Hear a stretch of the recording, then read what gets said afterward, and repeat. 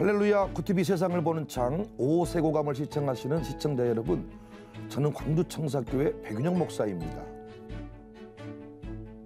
세대통합 목회가 대안입니다. 8번째 시간입니다.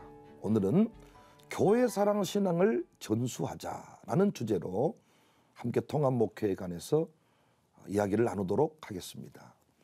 저는 세대통합 목회가 무엇인가 정의를 같은 신앙을 후대에 전수하여 천대 영광의 역사를 써가는 것이다 했습니다.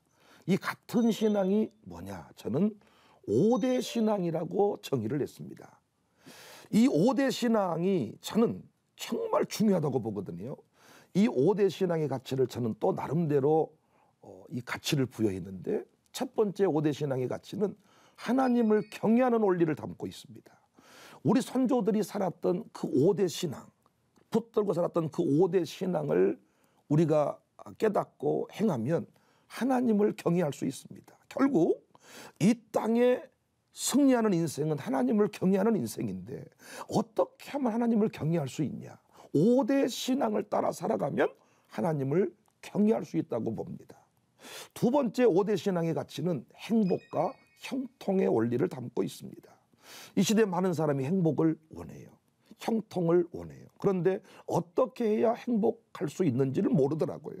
어떻게 해야 형통의 삶을 살 수 있는지 잘 모르더라고요. 그런데 이 5대 신앙의 원리 안에 이 행복과 형통의 내용이 담겨져 있습니다. 저는 그래서 후대들을 행복하게 형통하게 만들고 싶거든 5대 신앙 가르쳐라, 이렇게 이야기하고 있습니다. 세 번째 5대 신앙의 가치는 하나님 나라 확장의 원리를 담고 있습니다.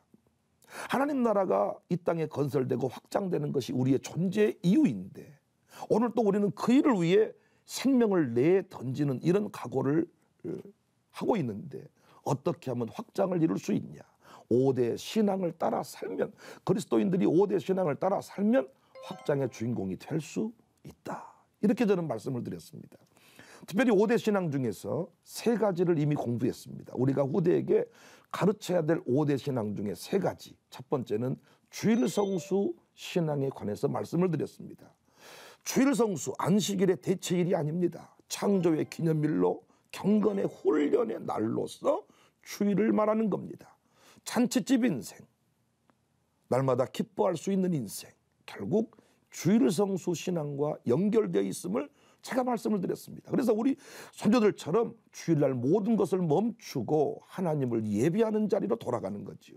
본교회에서 예배하는 그런 신앙의 모습으로 돌아가는 거죠. 주일성수 신앙 말씀드렸고, 두 번째 새벽기도 신앙을 말씀드렸습니다.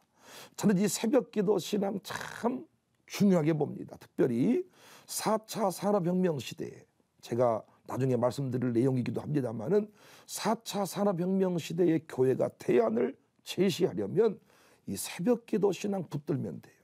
새벽기도 신앙은 한국교회 부흥의 뿌리와 같고 탯줄과 같고 우리 예수님의 영성의 기본기와 같지 않냐? 가장 중요한 영성이지 않나? 세월을 아끼는 지혜도 이 새벽기도 신앙 안에 포함이 되어 있습니다. 저는 그래서 광주청사교회에서 주일학생들에게 새벽기도 신앙을 지금 가르치고 있습니다. 그 일들이 전국에 세계적으로 소개되고 있기도 합니다. 세 번째, 10의 1조 헌금 신앙입니다. 10의 1조 헌금 신앙만 제대로 가르치고 지켜도 저는 돈 때문에 감옥 가는 일은 없을 것이다. 만몬, 이 물질, 이 우상을 섬기는 일은 없을 것이다. 다만 10의 1조 헌금은 그 형태, 이 돈을 드리면 하나님이 더 큰 돈을 준다, 이 개념이 아니고 10의 1조 헌금 안에 들어있는 정신이 중요함을 제가 말씀드렸습니다. 이제 오늘 네 번째 신앙입니다. 우리가 같은 신앙을 후대에 전수해야 되거든요. 신앙이 전수되어야 한국교회 부흥의 역사가, 부흥의 불길이 계속 타오를 수 있는데, 네 번째 전수해야 될 신앙은 바로 교회 사랑 신앙입니다. 묻고 싶습니다. 시청자 여러분에게 혹시 이런 얘기 들어보셨을 것인데 또 알고 계신 분도 계실 거고요. 우리 선조들은 정말 교회를 사랑했잖아요. 왜 그렇게 교회를 사랑했을까요? 선조들은 왜 그렇게 교회에 지극정성으로 10의 1조 헌금을 바쳤을까요? 그들은 예배당 건축을 할 때 적당히 참여한 게 아니고 자신들이 가지고 있는 옷값, 소중한 재산을 바쳤습니다. 왜 그랬을까요? 고 함경직 목사님이 영락교회 예배당을 건축할 때 일어난 이야기입니다. 당시 주일 예배에 출석하는 성도 규모가 약 158명 정도였다고 합니다. 어느 한 목사님이 광고를 했어요. 여러분, 이제 우리도 예배당을 건축하고자 합니다. 다음 주일에 그 일을 위해 특별헌금을 작정할 겁니다. 가정마다 10일 먹을 것만 남겨놓고 모든 제사를 하나님께 드릴 수 있는 분만 다음 주일 예배에 나오시기 바랍니다. 우리가 왜 북에서 남으로 왔습니까? 무엇 때문에 북에 있는 모든 것을 버리고 서울로 왔습니까? 이유는 하나입니다. 하나님 한번 제대로 섬기기 위함이 아닙니까? 비록 지금 우리 형편이 어렵더라도 모든 것을 뒤로 한 채 예배당부터 지읍시다. 하나님 한번 제대로 섬겨 봅시다. 그러면 서울에서 우리 삶을 하나님께서 반드시 책임지시고 복을 주실 것입니다. 이런 광고를 했습니다. 이 정도 광고했으면 다음 주일날 많은 사람들이 예배당에 안 나오는 게 맞는 것 같은데 당시 영락교회는 152명이 예배에 왔습니다. 그들의 100% 참여한 모든 사람들이 다 건축헌금을 작정했고요. 그중 40명은 놀랍게도 목사님의 광고대로 11분만 남기고 다 바친 거예요. 왜 선조들은 이런 식으로 예배당을 건축했을까요? 이전에는 성전 건축하는 해, 예배당 건축하는 해 해서 현수막도 붙이고 달력에다가도 이렇게 표로 만들기도 하고 했는데 선배들이 조언하잖아요. 그런 거 하지 마라. 그러면 교회 등록 숫자가 현저하게 줄어든다는 거죠. 하지만 우리 선조들은 달랐습니다. 예배당 건축을 영광으로 여겼습니다. 우리 인생에 예배당 건축 한번 하는 것이 영광이다. 목사 입장에서도 섬겼던 교회가 부흥해서 예배당을 증축하고 건축하는 것이 어떤 긍지와 같았습니다. 성도들은 교회 근처로 이사 와서 살았습니다. 혹시라도 예배당이 이전하게 되면 다른 교회로 등록하는 게 아니고 다시 그 교회 근처로 이사 와서 살았습니다. 뿐만 아닙니다. 교회 건축을 하고 있으면 자신의 집을 구입하지 않았습니다. 항상 교회 건축을 먼저 하고 자신의 집을 구입했습니다. 왜 그랬을까요? 또 우리 선조들은 우리 아버지 세대에 말씀드리는 겁니다. 왜 교회에서 그렇게 결혼식을 하자고 했을까요? 요즘은 젊은이들 보니까 다 애식장에서, 멋진 애식장에서, 웨딩홀에서 결혼식 하고 싶어 하더라고요. 하늘에서 마차 타고 착 신랑 신부 입장 이런 게 좋아 보이나 봅니다. 그런데 우리 선조들은 어떻게든 예배당에서, 교회에서 이 결혼식을 하는 것을 좋아했습니다. 출타했다가도 토요일이 되면 본교회로 돌아와서 주일 예배를 드렸습니다. 왜 그들은 교회를 비방하지 않았을까요? 정말 목사님들의 실력이 탁월해서 그들은 비방하지 않았을까요? 흠잡을 데가 없어서 진짜 그들은 교회에 대해서 부정적인 이야기를 하지 않았을까요? 물론 저를 포함해서 이 시대의 목회자와 교회들이 많이 부족합니다. 저를 봐도 우리 선배님들, 아버님 세대 그 목회자의 모습에 비추어 보면 많이 부족합니다. 하지만 어떤 측면에서는 더 성숙해진 면도 있어요. 교회를 비방하는 것이 꼭 교회의 부족한 모습 때문만은 아니지 않는가. 교회를 대하는 태도가 달라진 겁니다. 요즘 그리스도인들이 예수님 믿고 천국 가면 되는 것이지 왜 그렇게 교회에 묶어두려 하느냐고 이 불만 섞인 목소리를 내더라고요. 구원도 좋고 천국도 좋은데 교회는 싫다고 말하는 사람도 있습니다. 여러분은 어떠십니까? 시청자 여러분은 교회를 어떻게 생각하고 어떤 마음으로 섬기십니까? 여러분은 교회가 우선입니까? 직장이 우선입니까? 저는 직장을 대충 섬기자는 말이 아닙니다. 우리의 마음 중심이 어디에 있는가를 저는 말씀을 드리는 거예요. 단언컨대 교회 없는 신앙의 승리, 교회 없는 가정의 영광은 없습니다. 그런 관점에서 저는 우리 선조들의 교회론을 좋아합니다. 그들의 교회론이 신학적으로 완벽했다고 말하고 싶지는 않습니다. 하지만 교회를 대하는 태도와 그 마음 중심, 선조들이 옳았습니다. 저는 왜 감히 선조들의 교회론이 옳았다고 말씀을 드리느냐? 학문이 부족했고 신학적 실력도 부족한 자들이었지만 그들이 교회를 섬길 때 교회는 영광을 잃어버리지 않았어요. 그들은 경이로운 부흥의 역사를 남겼어요. 선조들은 어떻게 교회를 이해하고 섬겼을까요? 그들의 태도와 정신, 저는 다시 새기자고 말씀드립니다. 인생을 새롭게 열고 싶다면 이 선조들의 교회론을 다시 한번 이 가슴에 새겼으면 좋겠습니다. 이 교회를 대하는 이 태도와 마음, 정신, 이 마음 중심을 새롭게 했으면 좋겠어요. 2022년 새해가 밝았는데 부흥하고 싶다면, 뭔가 인생을 바꾸고 싶다면 이 선조들의 교회론 마음에 새겨보면 좋겠다. 저는 감히 말씀을 드려요. 선조들의 교회가는 첫 번째로 거룩한 성전 교회론이었습니다. 그러니까 그들은 교회를 거룩한 성전이라고 생각을 한 거예요.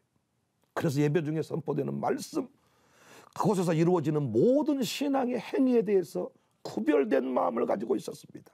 복장부터가 달랐습니다. 강대상 위에 목사 외에 누구도 함부로 올라오지 않았습니다. 제사장만 올라가는 어떤 송소라고 생각을 했던 거죠. 감히 목사의 설교이겠습니까?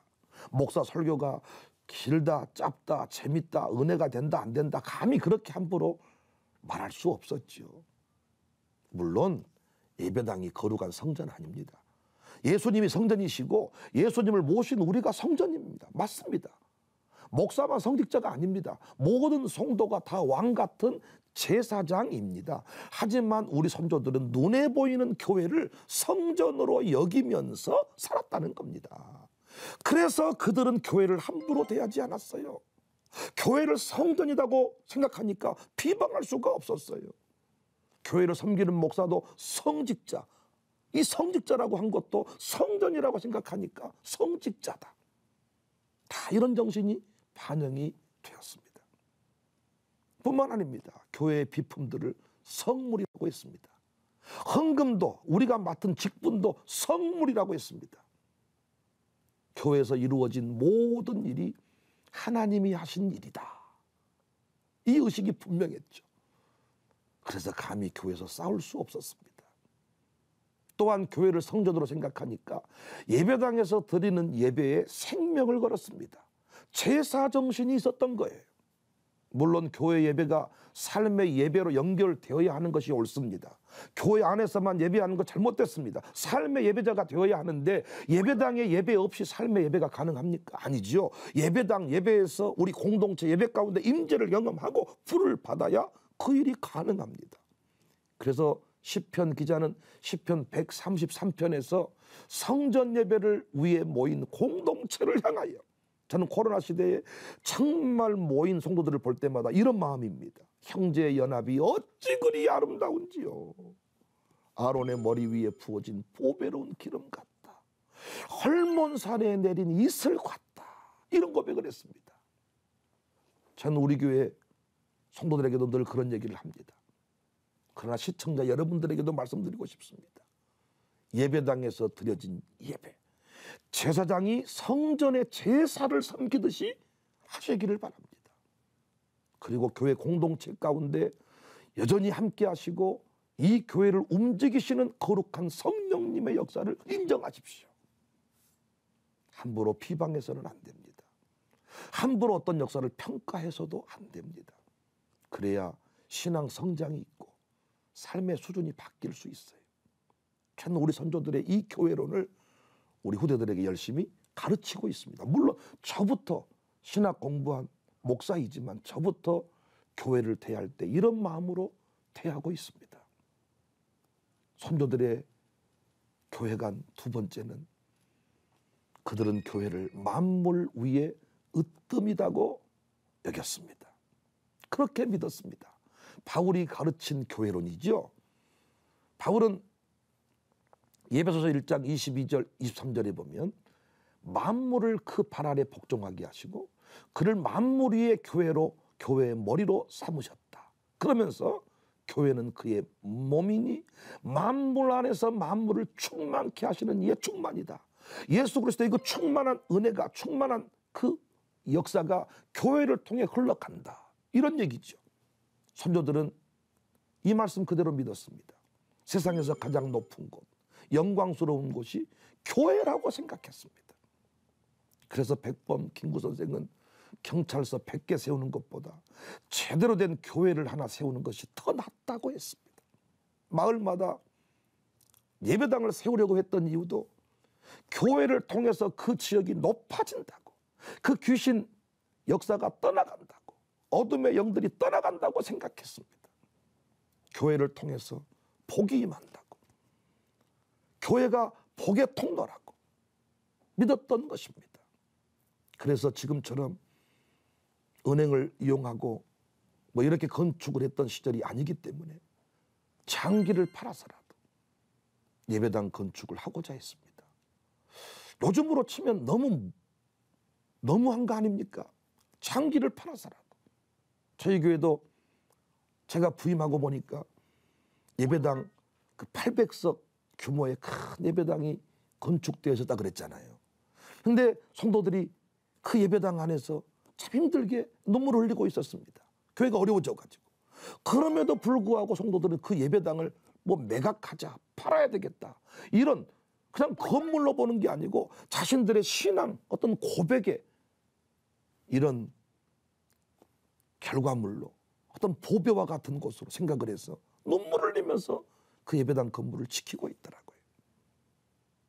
요즘과 많이 다르죠. 결혼식만 해도 교회에서 할 때 복이 임한다고 생각했습니다. 그래서 이미 말씀드렸던 대로 어떻게든 교회 안에서 결혼식을 하고자 했습니다. 물론 주님 안에 있는 우리가 이미 복받은 자이니까 어디서 결혼식을 해도 달라질 것은 별로 없습니다.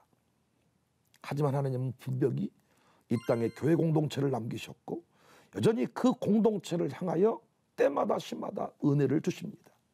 그러니까 우리 선조들이 교회를 복의 통로로 여기며 살았듯이 우리도 교회를 은혜의 통로로 여기며 살아야 합니다.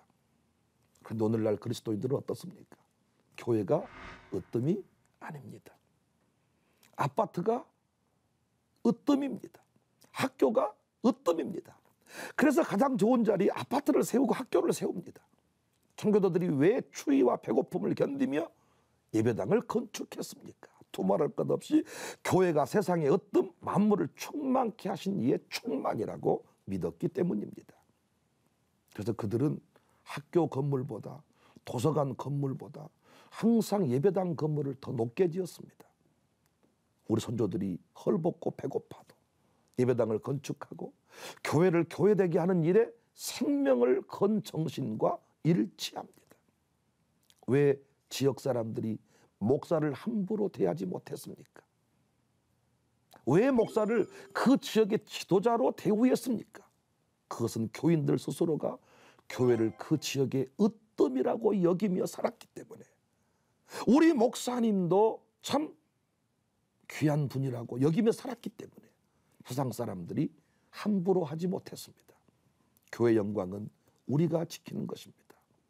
부디 신학 지식 앞세워서 선조들의 순수한 교회 사랑 신앙 폄하하지 않기를 원합니다.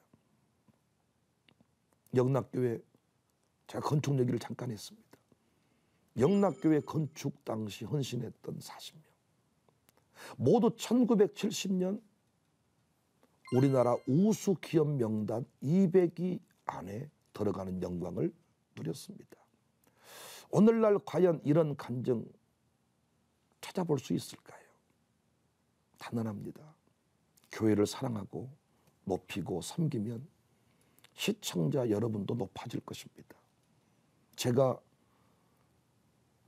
구티비에 와서 오색 오감 강사가 되고 텔레비전에 내가 나왔으면 정말 좋겠네.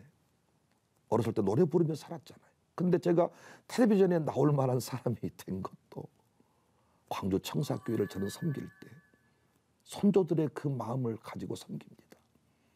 제가 예배를 인도할 때에도 그런 제사장의 정신을 가지고 예배를 인도합니다.